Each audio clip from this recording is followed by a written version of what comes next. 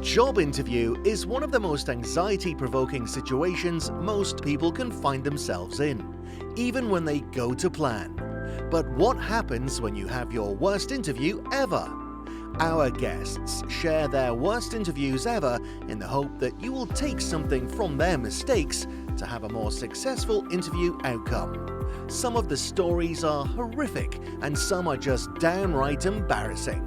Let's join our host, Kevin O'Reilly, the interview skills coach with over 25 years experience in the fields of coaching and recruitment.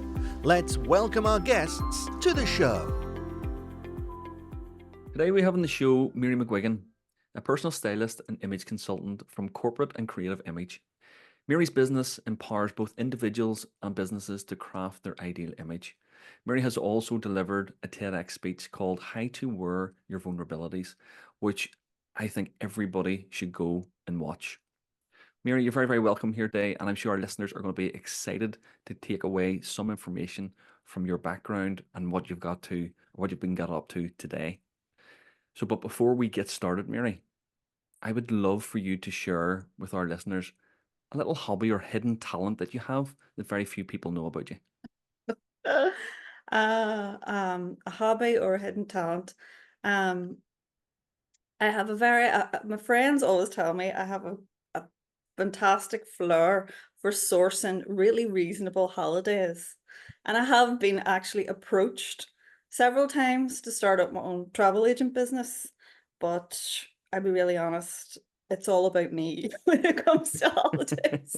I'm a family and friends. I must just have a flair for it. I must be able to predict the airlines, the flights when they're going to put prices down and whatever. But I love it. I absolutely do. It's my wee hobby.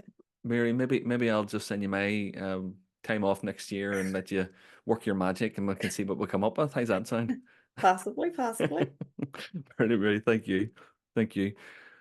What we're going to do is we're going to start off by talking about a little bit about yourself and your career up to now, if that's okay. I think people will be really interested in how you got to where you are today.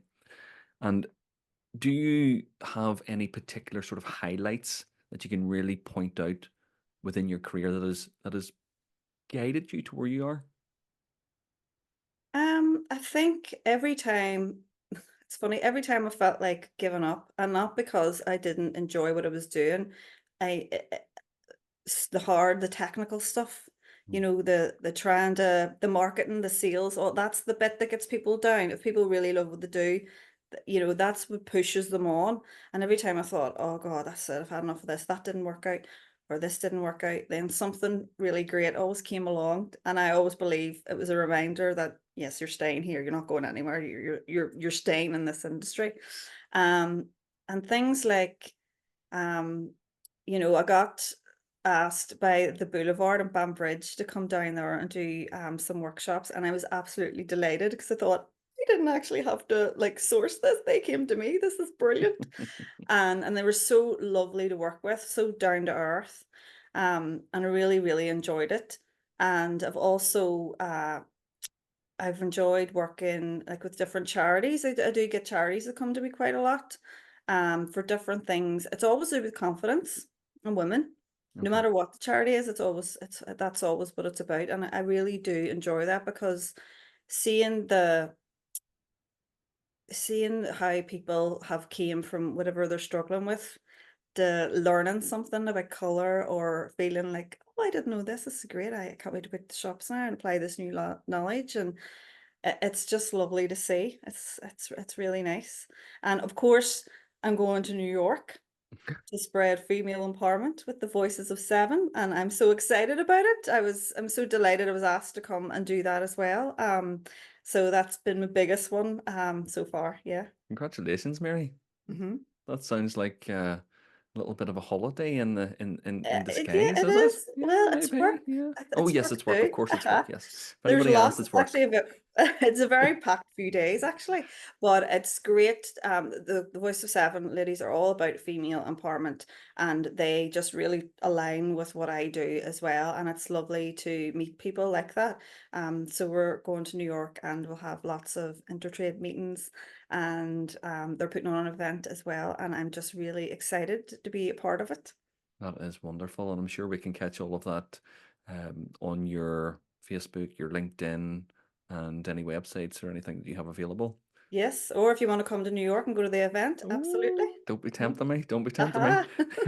Because I know someone that can get us good flights and get us good Uh, hotels, Mary, isn't that right? yes, I can now that I've sorted mine out. So yes, happy to sort anybody else's out. Brilliant. Okay.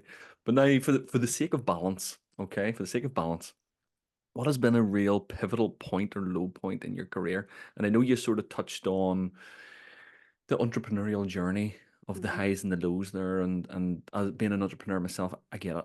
It's never a straight line to where you No. need to go. There are so many, there's so many hidden traps Yeah. that keep jumping out at us.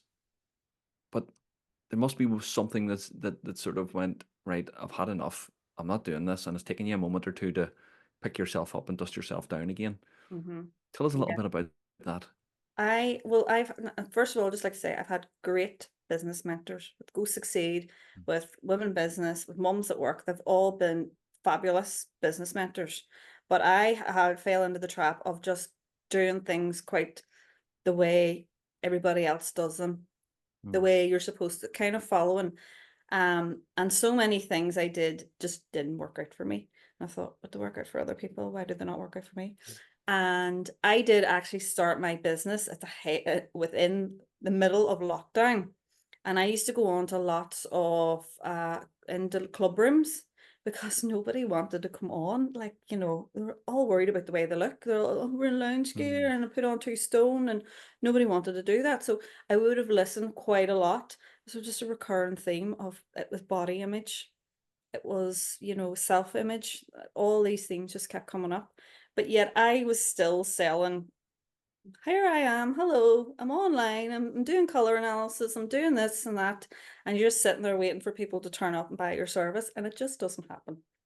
It really mm-hmm, doesn't. mm-hmm. So, like, lots of more, what I noticed over time was, we were in an era where everything needed to be online. If you hadn't learned from COVID, you should have a good part of your business online. Absolutely. That was a lesson learned there.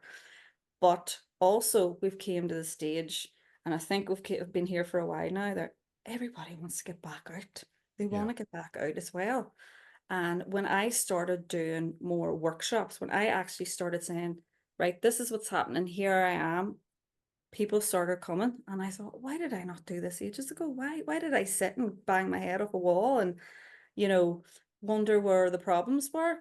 Also, go having my own networking sessions Yeah. helped as well because I was doing my own research. Yeah. But the time up to that, people think, God, you're doing really well. You have these coffee mornings and you have color workshops and they're selling out and everything. Yeah, but I always like to remind people that it was not an overnight success. There was lots of things that didn't work out before that happened. That Yeah. was just, learning from all the failures. And I think every entrepreneur listening right now can understand exactly that journey. They have had those failures and Mhm. they will continue to have those. Oh, yeah. I like to reframe failures around it's something that we didn't plan for. Yes. Because failures are quite a harsh word. Yeah. It's almost a label, you're a Mhm. failure. Yeah. You failed.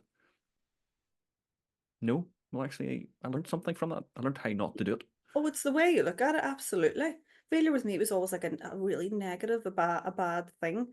Like, now it's like, right, that didn't work out. Why did it not work out? What do you need to change? Or park that, leave that, we're not going back there. That didn't work out. Move on. The quicker you fail, the quicker you learn. That's the Mhm. biggest lesson I've learned out of all that. Oh, I love that.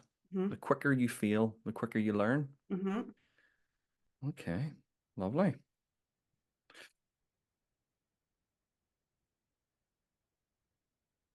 So in your sort of career up until what you were doing and starting your own business, you would have potentially done some interviews yourself, either as an interviewer or Yeah, yeah. as an interviewee. Mm-hmm. Would it be fair to say? Both. Both. Okay. Yeah. Well, I want to sort More of so an interviewee. Yeah. okay. Well, if you don't mind, I want to sort of touch on those interviewer sort of skills and Okay. moments that you've had, if that's okay. When candidates are coming in, what is the sort of one value you feel that every single candidate within where you were working or just in a general life should have? What one value should they have? Oh, definitely integrity. Hmm. Yeah. Definitely integrity.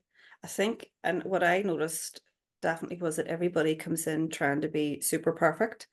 Well, not everybody, but it was kind of a mix of I don't really care and I'm here because I was forced to be here, or I have to make these people believe that I am super perfect.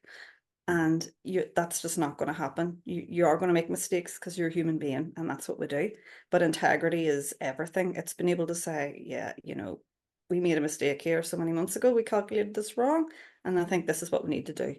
That's everything compared to, oh my God, how am I going to hide the fact that I made this mistake? Yeah, I think it's taking that responsibility, isn't it, for those Yeah. mistakes. And Mhm. we tend to find nowadays that people will look for anything and anyone to blame Yeah. apart from themselves. Yes. And I was involved in a workshop as recently as yesterday, and we were discussing responsibility. And it's a hard topic for some people to take because they do blame Yeah. everything. If they have no money, Yeah. they blame the economy. If they have no car, they blame an accident. If they have, there's a lot of blame that's pointed outward. And I'm not Mhm. saying blame should be pointed inward. I'm just saying take responsibility for the points that you can. Yeah. You could But you can that's, change jobs, you can go to a different location, you can work harder, you can work smarter. There is options there that you have. But yeah. I do think that sort of the culture today is sort of finger pointing and blame, and it's not my fault. And Hmm. whenever I see someone walking through that door and going, holding their hands up and saying, "Do you know what? I did make a mistake there. Hmm. That was me. But do you know what I learned from that mistake?" I'm thinking, that's the type of person I want working for me. Yeah.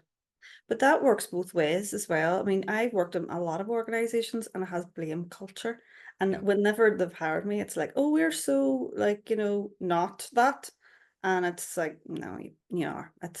They'll have like reports and usernames of like, wait, we've found this. So we've traced it back that this person's to blame for the whole entire problem. And you're like, what?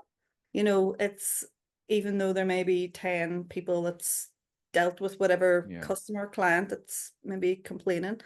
But yeah, responsibility is definitely the key word there. It's everybody taking responsibility and then action forward as to Mm. how you're going to deal with whatever Yeah, the and I issue think is. yeah, and I think you're absolutely right. It's that action point that has to be done as well. It's not just, okay, I'm taking responsibility. I own this, Hmm. but what do you do with it? Yeah. And I think a lot of people get stuck. Exactly. Dwelling too long on the who's to blame here and not spending long enough on actually sorting the problem out. Yeah. Think of where your time and your energy is being spent there. Is there anything to be gained by finding out who's to blame, or is there more to be gained by everybody working on sorting out the solution? Well, it just shows the type of person you are, Mary. Yes. Solution focused. Mm-hmm. You don't see problems, you see opportunities that solutions haven't been found yet. Yeah. And I think that's the best way to look at these sort of challenges, I call them. I don't call them problems. I don't have any problems anymore. Yeah. I just have Same. challenges that I haven't found the answer to. Same. Yeah. And Yeah. sometimes I'll never find the answer to, but I may Hmm. know someone who will know the answer to it. That's the thing. It's not how do I or do this, it's who's going to help me. Yeah. I Mhm. mean, I think that was a realization I came to a long time ago in my own entrepreneurial journey was I don't know everything. I can't know everything. Yeah. There are people out there who are specialists in a specific area. Hmm. Speak with them. You hear that a lot. I hear that a lot from women in public speaking. They're like, Mm, if they have to go in and speak in a boardroom, they are terrified that someone's going to ask them a question and they don't know the answer. And yeah. it's like you need to not you won't possibly know the answer to everything. You need to get confident at not knowing the answer. Yeah, That's what you need to do.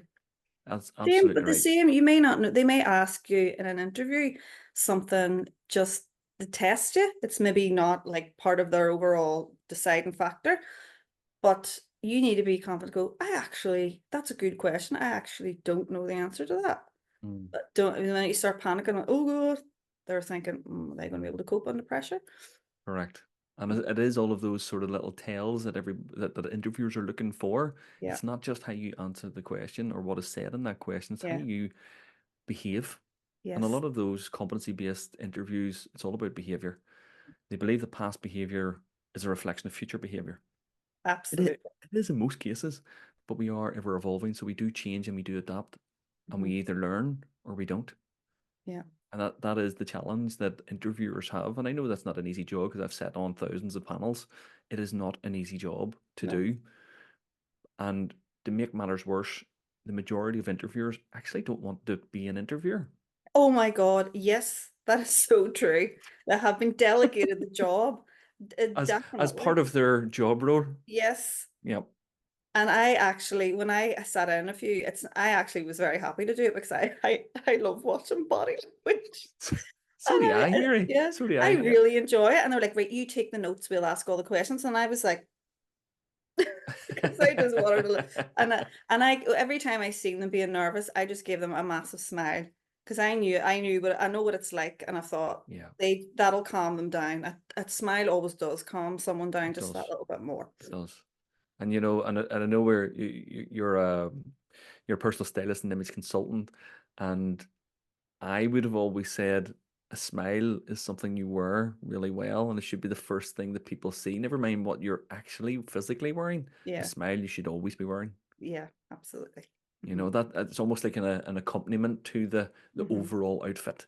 Yeah. Because if you're dressed to the nines and you're looking sharp and you're right on point and you have a grumpy sour bake, Hmm. it says more about you than Yeah. what you are actually wearing. Yeah. True. And that smile, Hmm. oh, I can't even emphasize it enough. There has been research done in the past couple of years around facial expressions and how those facial expressions have a reaction with the person you're talking with or dealing with. Hmm. During an interview, if people don't smile, 66% of those candidates don't even get past the next stage. Yeah. That's Especially if you're huge. getting hired to do a service-based job. Oh yeah.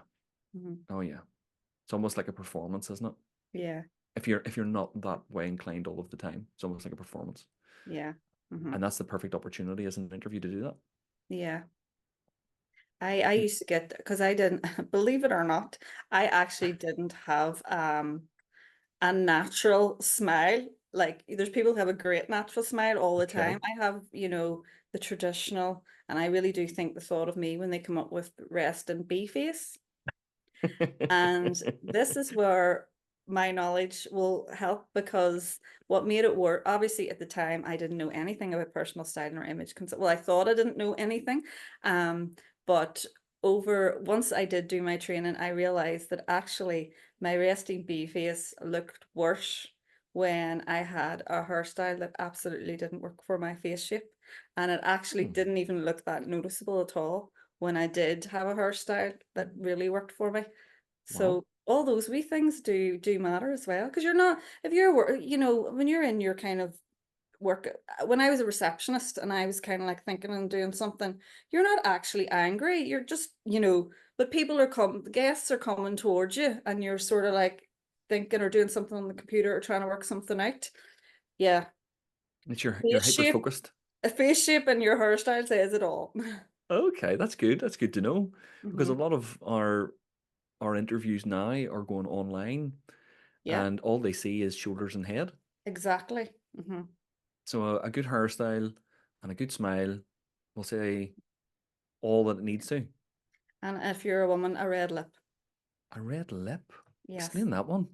Because whenever it's you go online, everything's so pixelated. It's hard to see. Actually, people think they have to have a full face of makeup, and I'm like, you actually don't, because you can't even really tell when you're online. Um, I don't. I wear very, very light makeup when I'm online. It's great. But I always have a red lip because if you're on a Zoom, yes, if you're doing one-to-one, it means that whenever you're looking, you can see my face, you can see my Mm-hmm. communication zone. Mm-hmm. If you're on a group interview, you're on a group Zoom and things like that, and there's like 20, possibly 50 other screens. People in the red, whether it's a red lip or the red nails, whatever, will stand out. You will Oh, see them first. great tip. Mm-hmm. Absolutely Yeah. great tip.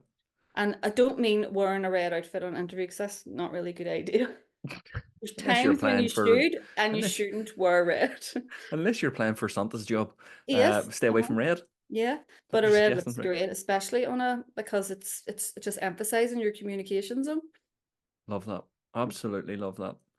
And I've heard, for men as well, it's, that red tie Yeah, and glasses too. and Glasses glasses. being Yeah. in a really good, distinct color as well.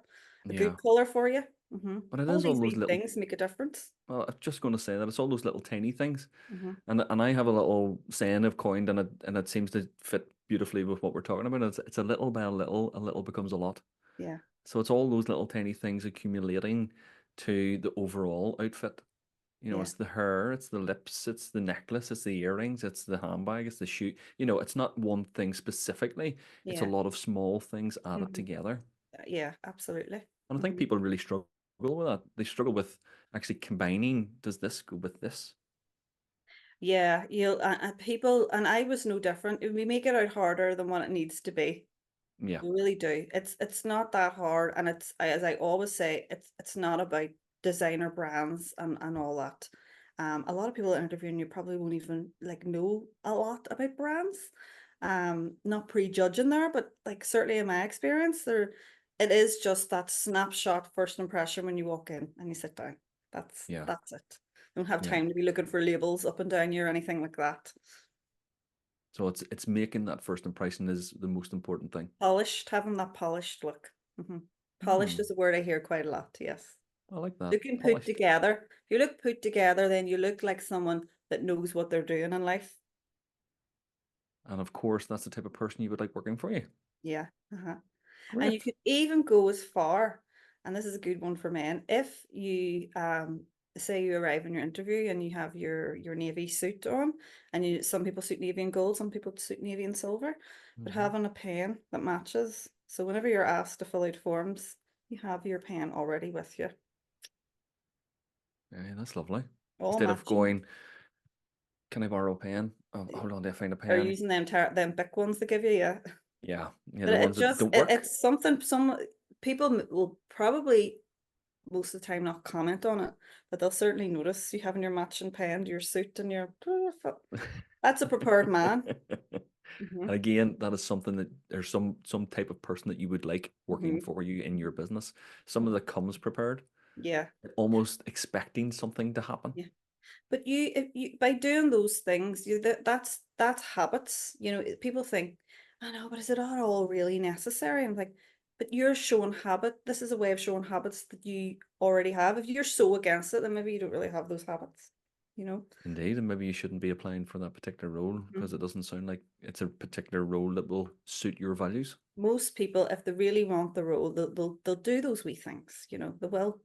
Yeah, They'll happily accept those tips. People are so against it, like well, maybe they don't really want the role, or maybe their ego is just too big that they a can't little accept inflated. help or anything like that. Yeah. Yeah, absolutely, absolutely. And do you know, even if you're an interviewer, right, and you're sitting on that panel, you ever notice sometimes that you get to the stage where you're going, I've got my final two. Yeah. They are exactly the same Yes. experience. They have Hmm. exactly the same grades. They have exactly the same almost everything. How do you then make that decision of who to take? It'll come down to first impression. Yeah, definitely. And also, I remember hearing this. Um, I remember hearing this from another girl that whenever she used to look through hundreds and hundreds of CVs, and she was really into fitness, she narrowed it down and took the girl that had ran marathons. Okay. because she knew the discipline that was involved in running, like, and I'm not talking about like couch to 5K, I'm talking like proper, like 20 mile, the big ones of Proper ones. marathons. So and this was like a very consistent thing this girl had done, and she knew that that girl's disciplined. It was there in her hobbies and her extra interests. People very often leave that out, or they put something in like, oh, I like yoga. I used to do that. I used to go, I like yoga. They'll never ask me about it. They'll never want to know if I actually go to yoga. It's fine. But now, and I definitely, I've been back at the gym and stuff for since last year, and I totally, like, yeah, I get it. I absolutely, it always stuck in my head when that girl said that to me. And I said, I get it. There's discipline involved. You have to be patient with yourself as well. You have Mm. to, you have to push and push on. And having that skill is a really, it's a good skill to have. It's very, it's certainly helped me in all areas of my life. I Yeah. always say, if you're struggling in any area of your life, go to the gym. And like, oh, I know, but I don't want to lose weight. I'm like, it's not about that. It's not about any of that. It's Yeah. about all the skills that you pick up mentally, because you are forced to have to learn those skills. And the discipline is definitely it's the best skill you could ever learn. I believe so. And I believe it's something that the schools are missing out on delivering. Yeah, They're delivering lots of useful yeah, bits and pieces in school, but discipline is not taught. yeah, It might be forced by make sure your homework's in by this time. yeah, This is the deadline for this and this is the deadline for that, but it's not taught. yeah. Discipline is one of the hardest things you can do. Oh, And I say it as a doing thing mhm, because it is. yeah, It's not just a think about it, it's a yeah. doing. You have to be disciplined. You have to do discipline. And people often think discipline and being motivated is the same thing as well. No, No. there's so many times I'm down there, like, I don't want to be here. And like, discipline, that's some days it's about showing up. Mm-hmm. Some days it's like, right, what's the goals? What's the big personal best today? Mm-hmm. And other days it's like, no, it's the discipline, showing up. Yeah. And we It's like need to getting out of bed. separate that, yeah. You're not always going to be motivated, No. Yeah, absolutely not. but you need to be disciplined. Yeah. Because there will be days that come that are not enjoyable days. Yeah. It'll be the grind, Mm-hmm. but that's where the growth is. Mm-hmm. It's not getting out Absolutely. and doing it and keep doing it until you get what you need from it, Yeah. even if that is the discipline. And I Yeah. think a lot of entrepreneurs fail because of that lack of discipline, Yeah. because Definitely. they don't get that instant dopamine hit that Mm-hmm. they Yes. need to keep them moving. Yes. And it's unfortunate. And I I think know. And some I, people I going for was the different jobs same. the same. I was once upon a time the same. Put up an event, no ticket sales, was waiting for the instant dopamine hit. Mm, Events don't happen like that. no. A good friend of mine, Virtual Ally, even did a bit of research. And the results, people are more likely to book in for your event the week of the event, even the day before the event. People are so last minute. And Mm-hmm. I honestly have never learned so much. I put all my events up now, and I'm like, sometimes I have to do a bit of self-talk. Like, oh God, I've only sold one ticket. I'm like, it's fine, Mary. You know how people react. You know the way people work. Everything is fine. Everything works out. Sell out. Well, that's a good But way to be, it's isn't it? not, it's like what you said, not wanting that instant hit of dopamine. But that's discipline has got me to there. Because before I would have panicked, like, oh my God, I'll just cancel it. Nothing's working out. Yeah. Hmm. Yeah. You're absolutely right, though. How do we teach that, Mary? And how do Go we to the find gym. that? Go to the gym. But I do like how you've mentioned about that sort of hobby section, and Yeah. especially on your CV, that hobby section. Write down that you Yeah. go to the gym 4 days a week, Yeah. because that shows a discipline. Mhm. I have ran marathons. That shows a Yeah. discipline. If I you've done I, high I actually rocks love it. or CrossFit, anything like that, it again, I think it honestly can only improve your CV. They mightn't even know anything about it, and they might say, "What's this?" And Mm. they may do a little Google to see, but they'll say that it's quite intense, and people are really there. You go. They're spending longer on researching you than what they are on other candidates. That's a great tip, Mary. That is an Mhm. absolutely brilliant tip. Now, with you sitting on those panels and you've seen these people on the other side of that table, has there been a time when they have asked you a question you've thought, Do you know what? That's a great question. What a great question. Or if you haven't had that moment, have you yourself sat on the other side of that table and asked a really good question? I've been asked some weird and wonderful questions, to be quite honest, through different interviews over the years. Um, I think the one, I'll be really honest, I think the one that used to really, really put me off so much, and this is when I was being hired for like accountancy, bookkeeping jobs, was, so tell us a little bit about yourself. And I used to be like, oh my God, because I would have had researched the company, looked at the role, I'd have tried to think about all these different scenarios or examples when I've been in different situations and stuff. But that used to always really get me. And it shouldn't have. I understand now why it did. It was because I didn't really know who I was at the time. I Mhm. didn't really want to be there. I just thought I should have been there. That was the only skill I had. So I should be going for these jobs. Now, when I don't really, I suppose now I don't sort of get interviewed that way. It's usually much more of a kind of discussion, tell us a bit about your work, what have you done? And Yeah. it's just coming from knowledge. It's not, I'm not even really having to think about it. But yeah, that used to get me off. And Yeah. do actually, this is where you have to think about your authentic self. Just do Mm. think about some things, tell us a bit about yourself. Can you answer that question? Yeah. Well, I've created a little bit of a method solely around that question because that question seems to stump nearly every single person going for an interview. And usually as an Yeah, interviewer, I would have always said it's just a little bit of a warming up question. It doesn't, yeah, it doesn't really mean much. It's just so that yeah, the interviewer could hear you speak. It'll loosen up the vocal cords and we'll get to know a little bit more about you that's not on your CV. yeah. But as an interviewer, I've seen so many people freeze at that moment. Hmm. And as an interview coach and doing what I do, I hear so many people think, oh my goodness, if they ask me that question, I have no idea what I'm going to say. And you're right, it is to do with they don't really know who they are.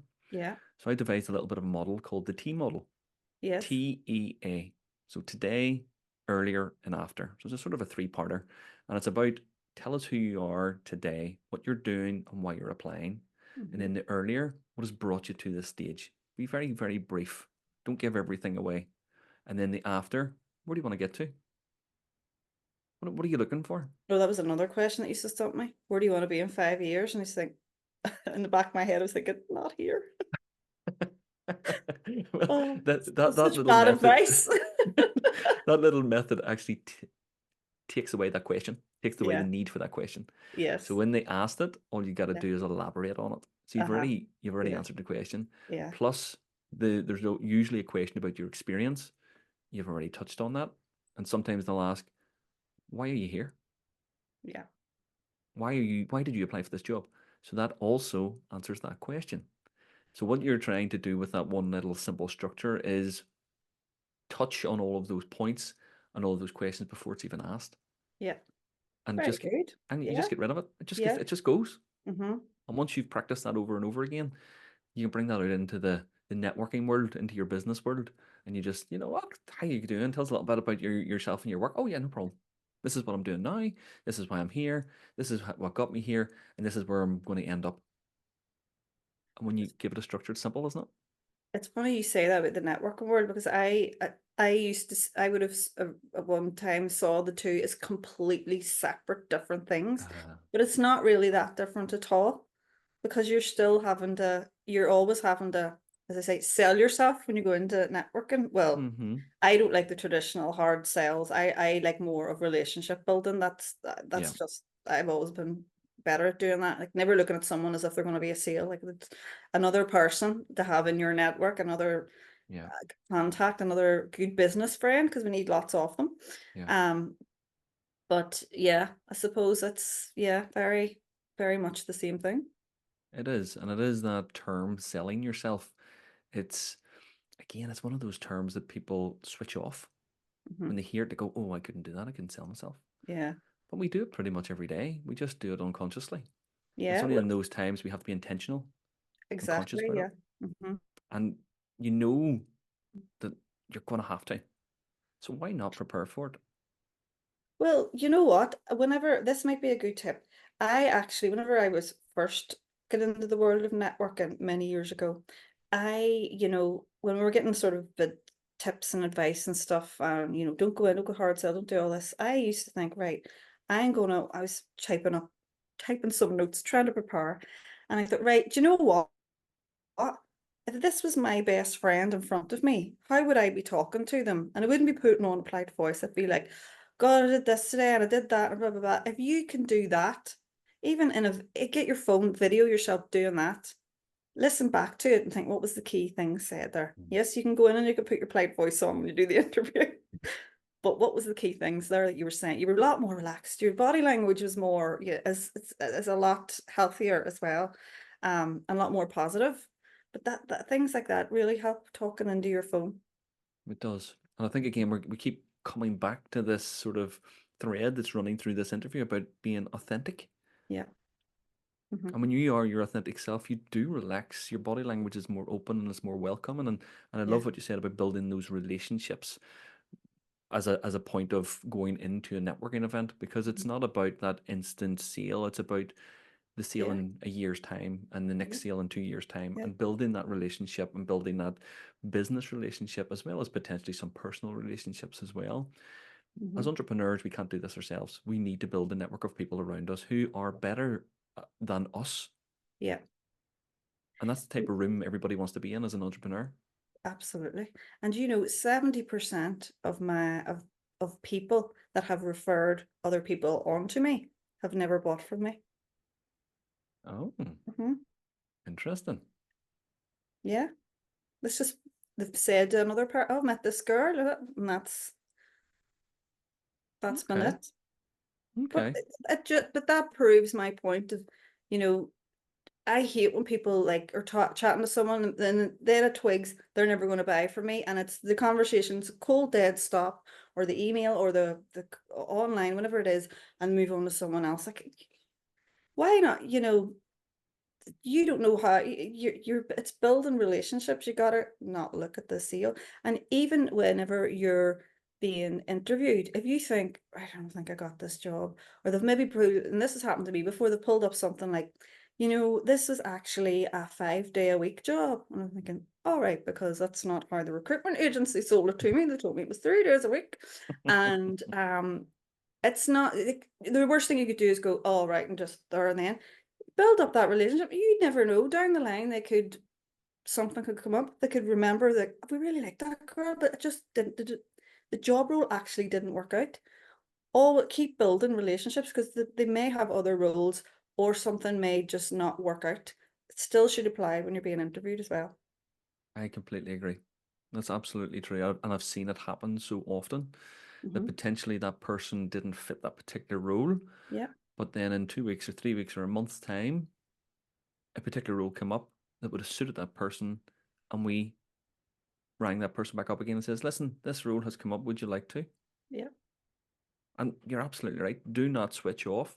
yeah. Stay on the whole time within that interview. And the lovely thing about building those relationships is you just never know who that person knows. Yeah, absolutely.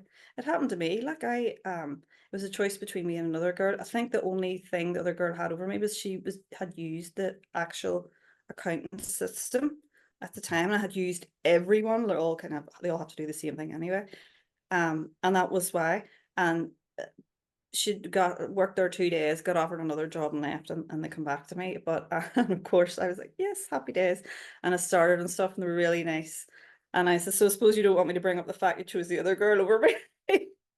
But I waited till I got the job before I made that Of course, joke. yes, yes. Wait till your foot's in the door before you Yeah. start slinging mud. Absolutely. But they knew they were like, because it was sort of, I could see they were all a bit nervous about it. So I thought, I better bring this up and make a bit of a joke about it. And then everything was fine. Yeah, and the best person got the job in the end. Yeah. Uh-huh. Yeah, Meant this to is it, be. isn't it? Yeah. Yeah, They meant didn't meant to even be. re-interview me. Well, then you made it obviously a really good impression the first time, Yeah, and there's obviously was that fine line between this other girl and you. yeah. Oh, the real, yeah, it was. It was. They even told me, they said, it was, you know what? It was actually down to the system, because we were actually so stuck it was just so like close between the two, and it was I said, you know what, it's like nice to hear that feedback, because a lot of the time you're not getting the feedback, No, you you know, when don't. you don't get jobs, which You isn't don't. good either, because you want to improve. How are you going to improve if you don't get? And you know, it's if it is just like, oh, do you know what, we had like so many people, and it was because literally this person was running. It's, you know, maybe pick up some hobbies. Maybe Maybe, because you know, maybe fill out my CV better, you know, things yeah. like that. No, I think you're absolutely right, and it makes a lot of sense to do that. Yeah, And it makes a lot of sense to get that feedback. But as you quite rightly said, unfortunately, a lot of companies don't offer that feedback. yeah, And the reason they don't offer the feedback is because some people challenge it, because yeah, it is opinionated more so than factual, and yeah, it's based upon someone's opinion of what they seen on that day, and yeah, that may not be accurate. So that's why not a lot of places give feedback. yeah. But wouldn't it be good to have something a bit systematic where they've kind of point scored you with different areas, and maybe that's, they can tell you maybe that's why you didn't get it, because you didn't rank up in Oh, so many they, points they, or they whatever. do. They do have some interviews that are quite structured, and they do have criteria-based interviews where you have to meet this certain criteria, and you get X amount of points if you hit it at a certain level. Yeah, Maybe, but then that's about remembering certain key terms and making sure you say those key terms. And a lot of people really struggle with those types of interviews because, in my opinion, an interview isn't a memory game. no, It should be merit based. It should be based upon what you have done and what you're going to do. yeah, It's not about what you can tell me you've yeah, done and how you can remember those key words, key terms, key phrases. I yeah. don't think that's going to change anytime soon, unfortunately. Hmm. So it's around helping people then understand and how to play the game. And Yeah, it really is that. You know, it's a game. Once you know the rules, you can use those rules to your advantage. yeah. You touched on something there about you talking from, when you're talking from experience, when you talk from memory, Hmm. again, you're, I can't remember, your eyes turn up to the left or the right. I can't remember. That's how people can tell if you're lying, because when you're thinking back from memory, it's up to the right. um and when you, and your body language, you're a lot more relaxed looking, you're not more approachable looking. But when you're thinking of, oh my God, what am I going to say here? It's, you're stiff, you really are. So recall all your experiences, absolutely, because Yeah. it'll feel so much natural and easier whenever you're Mm. trying to remember those in the interview. When you're talking about those eye patterns, those differ from person to person, and believe Hmm. it or not, depending on if they're left-handed or right-handed. Yes, that's But right. but Hmm. there's a really quick little way you can work out what they are. You can ask them specific questions and get them not to answer them out loud. Hmm. That's whatever way their eyes move within their Yeah. head, either up or left or right. Uh-huh. You can then decide if they are recalling a memory or they're constructing a memory. Yes. Okay, it's recalling or constructing. But Hmm. also, whenever you work that out, you can then work out if they heard that memory or seen that memory, if they're talking to themselves, or if this is a feeling. There's 6 points within those eye patterns that you can work out. As an Hmm. NLP practitioner as well, we look at eye patterns to Yes. understand the inner workings of a person's mind, because that's communication straight off. Yeah. We can then talk that communication and probe those specific questions back to that person, and that's where you get a lot of reaction, a lot of good reaction, Hmm. because people start to then think, "Oh my goodness, this guy's reading my mind."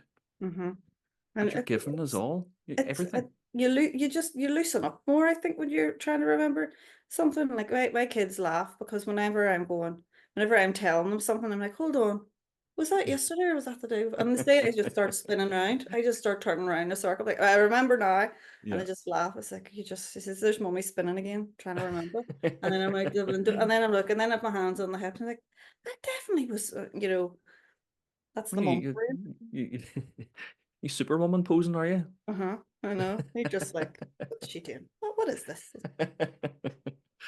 I have a couple of But those the kids same with the myself. lion. When I'm lying to him, like, yes, yes, I did do that. Yeah, I'm really still, and I start holding my fingers in the other hand, and they're like, "My, is that a lie?" I'm like, yes, it was. Do you know what you're literally doing? You're hiding your hand. Yeah, That's what it is. You're hiding your hand and you're keeping it close to your chest. That's when you bring it close in. Yeah. And that's what we do when we don't tell the truth. Mm-hmm. Yeah. That's Mm-hmm. very interesting. You said that and been picking that up. You know, it's very Uh-huh. useful for interviews as well. Yeah. Knowing those little tips about your eye patterns and your body language and your behaviors and your movements. Yeah. That's brilliant. And a great tip for the nerves is taking up space. Oh My yeah. favorite one. Yeah. When you get nervous, your body tries to protect itself, so it gets Mhm. smaller and smaller. So you start like shoulders start coming around. You just get a wee bit more. I notice this hand comes a wee bit. This comes closer to here. The more you spread out, and the more confident you feel. So as it Mhm. calms all the nerves down, plus you actually look more confident. So what I try to do is if I'm getting nervous, I try to put one arm on one chair and then the other arm across. So I'm like, and that even just doing that helps. Or go into the toilets, the bathroom, whatever, and do a big massive stretch. Just do like a big, it's hard to do in a suit, but just do a big massive stretch, big, big yawn. And then that just loosen everything up. I'm telling you, taking up space definitely helps with the confidence. Absolutely. I would agree with you, and that's quite it's quite fitting because that's the information I would also give to interview candidates when they're getting in. And we joked about you doing that Wonder Woman pose, but I would recommend they do that in the toilets Mhm. 5 minutes before their time of calling in. Stand in that toilet, hands on the hips like Wonder Woman or Superman, taking their deep breaths in, and then just relaxing, saying, "I've got this. Yeah, I've got this. I can do this. I've got this." yeah. And Because constantly just repeating it over. nerves is a fine line between nervous and excited, It really It's is. it's the tiniest of lines. It's unreal, actually. And our body can't really tell the difference. It's a And our bit like mind can't tell madness the and difference. genius. Yeah, exactly. Which one are you? No, no, don't answer that. Don't answer Oh, the line's getting that. very thin now. It's getting almost invisible. Uh-huh. But don't ask me. That's the thing. Okay, so well, we have talked quite a bit around the things that we should be doing, and you're giving quite some amazing advice, by the way. Thank you for that. What's the three things in your mind are red flags for candidates that come in? Coming in with a Starbucks or any other kind of coffee cup, don't do it. Just don't do it. Like, wait until you get out. You don't need to bring in some people think, I think some people think it's cool. It's not cool. Um, or your car keys in your hand, like you're busy. You don't really have time to be there. You're just there as a favor. Don't do that. Um, Another red flag is turning up overly casual. Yes, I know, I can see where the confusion is here. Yes, I know workwear has become a lot more relaxed. Mm. It definitely has, but you haven't been hired yet. So you still need to turn up professional for the interview. When you get the job and they say we have relaxed workwear here, that's fine. You don't do it in the interview. That is lovely. That's exactly right. I've Mhm. always been told that you dress for the position you want. Mhm. And you're right, it has become a lot more relaxed in a lot of organizations. Yeah. But allow them to tell you that when you walk in. Yes. And if you're ever confused about it, you can ring up the HR department or someone, whoever you've got received your letter from, and ask the question, is there an appropriate dress code for the interview? Not an appropriate dress code for the business, but for the interview. If you're looking for the dress code for the business, you can go online and check all of their social media posts. You can check all of their websites. It'll show you how they would like their employees to dress because they'll have pictures of them. Yeah. Mm-hmm. It's a really simple little tip, but it makes a great first impression. Even just ringing up and having that conversation shows that you're interested. Yeah. And if that HR person happens to be the person that's interviewing you, they'll be like, well, do you know what? They put a bit of effort in here. They rang, they sent an Yeah. email. They Mm-hmm. must actually want this job. Absolutely. Yeah. And then sometimes there is a bit of an allowance on how they score you in your favor Yeah. because they've seen that and heard that you've rang up. Like, oh, this person might be a bit nervous today. Do you know Mm-hmm. what? They put a lot of time and effort in because they rang us and they asked lots of questions beforehand. And if Yeah. this is what they would be in the workforce, I think that would be great. Yeah. Absolutely. And do you know what? When we were talking about getting critiqued and stuff for your for your interview, you actually they probably will never put your appearance on it. They just, I think they would be too afraid, even if Mm. they did give feedback, to ever put appearance on it. But and they might never comment on it till you get the job. Because I have when I've got the job. But you stay in their memory. If you're wearing, especially when it's woman to woman, they'll be like, God, that was lovely what you were, where was that from, or whatever. And it's just, I always remember, even when I was like younger and stuff in different jobs, people kind of always knew, they always used to get a sense of happiness or just feel quite joyous when they're talking about the person that dressed really well in the office, you know. Yeah. And it was, again, it's not about designer brands or like a certain expense. It's having that polished, put together look, and dressing for your authentic self. Yeah. And Mhm. we do remember people on both sort of sides of that scale. Mhm. As in, we remember someone who dresses really well and we're Yeah. really impressed with it. And we also remember the person that doesn't dress well Yeah. and doesn't make that really good first impression. Mhm. And whenever I said on the panel, I always thought to myself, could I put this person in front of a client? That was And always how I thought, could I put this person in front of a client if this is how they came to an interview? but you know what I think's worse? The ones that are forgotten about, because it just, they're what the war just didn't have any impression or any Mm. effect at all. You remember, like you said, the worst will be like, oh, because you'll go back and talk about it with everybody else. There was this guy come in or this woman come in and she was basically in lounge gear, or and the ones that are dressed well, but all the Mhm. ones in between. That's the people because they do have the skills, they do have the qualifications and the experience, but you know, why aren't people remembering them? That's what I try to Yeah. help with. Yeah, and I think you're right in what you say with regards to those people in the middle. Sometimes they are forgotten, and they do have those skills and they do have those experiences. Yeah, They they wouldn't be at the interview if they didn't have those, exactly. and I think that's the point that needs to be made here. If you're getting to an interview stage, you're qualified, you're experienced, you're hitting the criteria, and you're meeting something. If you're not getting past that, then you need to question why you didn't get past. And even if that is a bit of self-reflection. And a lot of the clients that come to me, they have so many blind spots. Hmm. But what I will say on the other side of this coin is they are the most amazing people.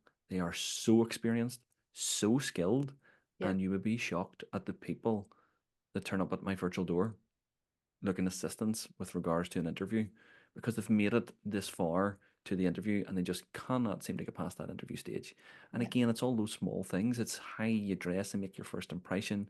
It's about how you deliver what you're going to say, but it's also about working with what you're going to say, doing that preparation beforehand, and then that little bit of post reaching out and engagement and building up that relationship. Even if you don't get the job, you should send a thank you email back in to say, appreciate the time. That's wonderful. If you had any feedback so I can prove so that I can reapply again, that would be very much appreciated.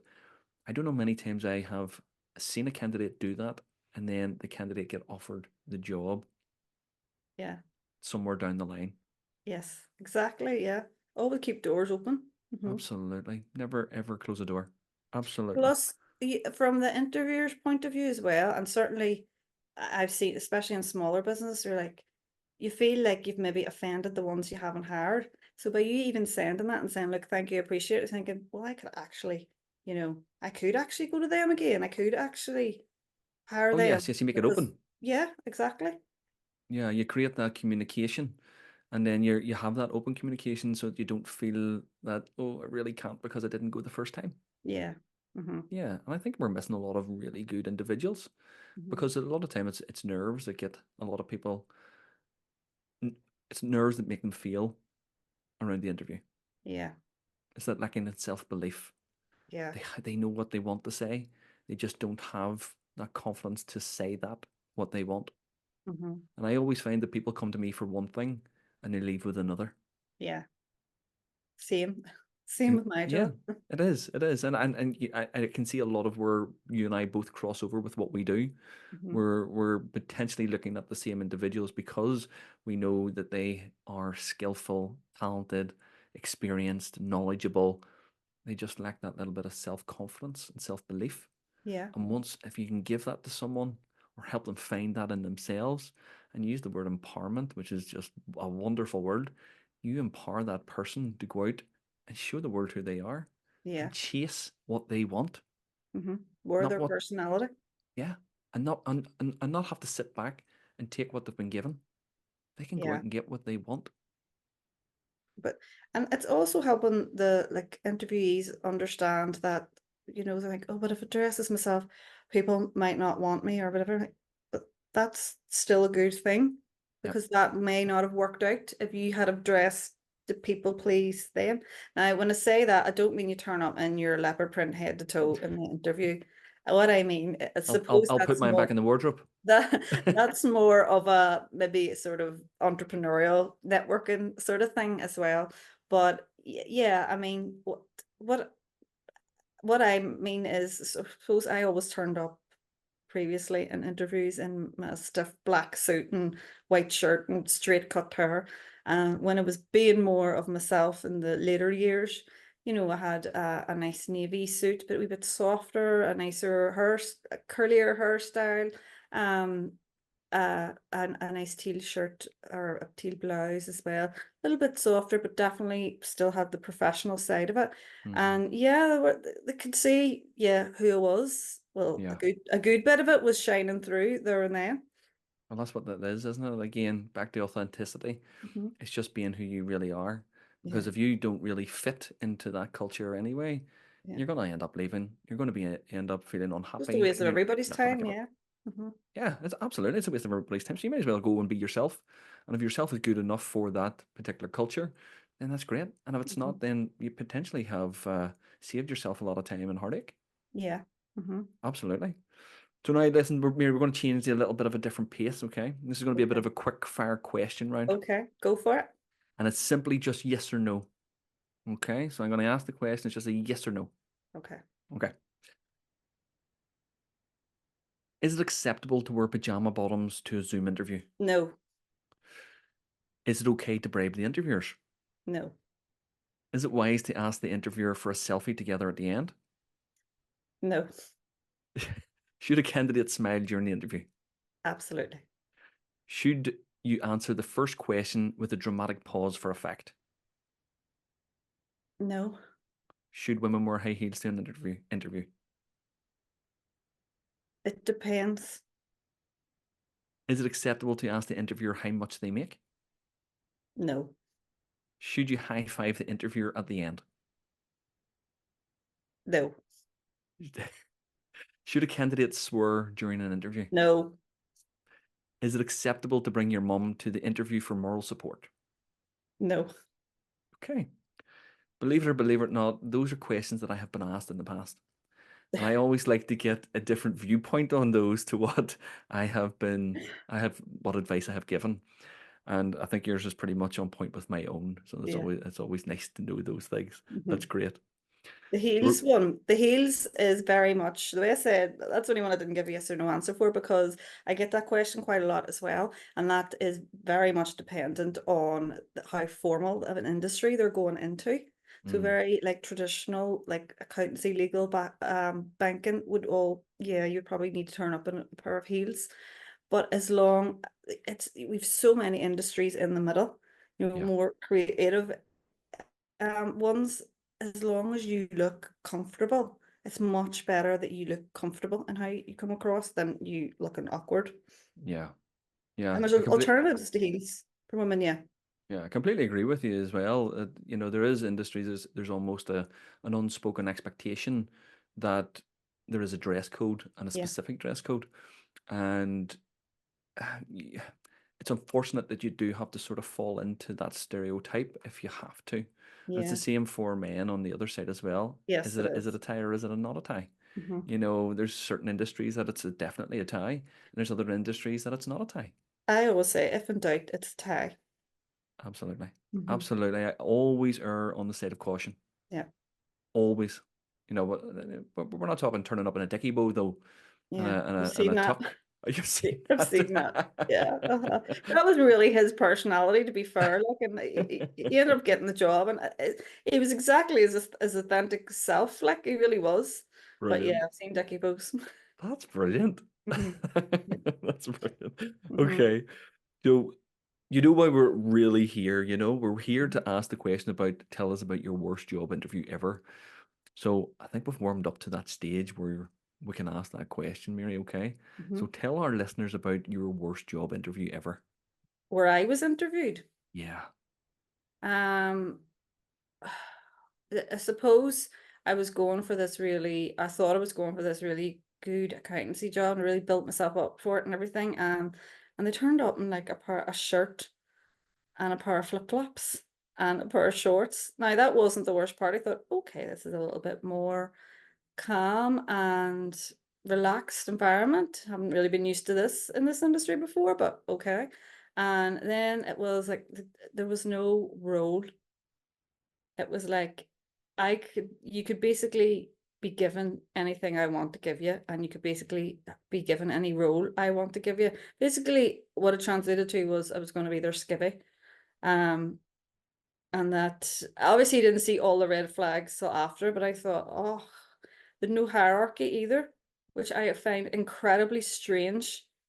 That's a massive red flag. We don't have a hierarchy. We just kind of everybody all you have to have a hierarchy. People need to know where they stand in the workplace. Like, and that's non-negotiable for me. And I hear this the odd time. People are like, "Oh, smaller businesses." I get that. We're like, we all kind of just know what we're supposed to do, and if somebody wants to come in 9:30, that's fine. If somebody wants to go on holiday, that's fine. Yeah, but when you're being hired professionally for something, I want to know there's a hierarchy. You need to know who's in positions of authority. Um, but yeah, that was a tough one, I have to say. Yes, I got the job, and yes, I left. Mhm. Did you leave quite quickly, I think? No, the people pleaser in me wouldn't let me leave too Hmm. quickly. Okay. Yeah, How long did you last there? probably about 3 years. Oh my goodness. Hmm. But a life lesson learned. Yes. Hmm. Okay. Okay. Definitely. Mary, thank you very much for this. This has been extremely eye-opening for me. Even as an interview coach, there's always something that can be learnt. And some of the real lovely takeaways that I've taken from it is the quicker you fail, the quicker you learn. Yep. I think that is, I think that's one of the sayings you should coin. That should be something you put out on your socials today, because that is just Stephen Bartlett might fantastic. not agree with that. Ah, okay, okay, okay. Well, we He's, could give him, his is something around that, but that's pretty much the same. you Yeah. can give him a little bit of credit, sure. That's you being your authentic self. But I do love that. The quicker you Mhm. feel, the quicker you learn. Yeah. I love that, and I love the idea that a smile says a lot about you as a person, and wearing that smile all the time Yeah. when an interview or networking Hmm. makes a huge difference to how you come across. And different colors make you look like you're smiling. That's all in color analysis. Hmm. Ooh. Yeah. And so how would someone potentially be able to reach out to you, Mary, if they wanted to You know more can information? reach out to me on LinkedIn, Hmm. um, or any of or Instagram, or my website, www.corporateandcreativeimage.com. Okay, that's brilliant. I will put all of that information into the show notes as well. So if anybody wants to reach out to Mary, go to the show notes because everything will be there. Mary, thank you very much. It was, Thank you for as I having me. said, really enlightening. I really enjoyed myself today, and this time has gone really, really quickly. It really And has. yes, I it enjoyed has. every minute of it. Don't think Enjoy there was no your stone we left unturned. enjoy your working holiday. No, no, sorry. Enjoy your trip to New York working. I will. I absolutely will. Good. Okay. Thanks, Mary. Thank you. Thank you. For more details about our guest, or if you would like to be a guest, go to www.interviewskillscoach.co.uk/my worst interview ever, or find us on Facebook or LinkedIn. And remember, on the other side of a successful interview is the life you deserve.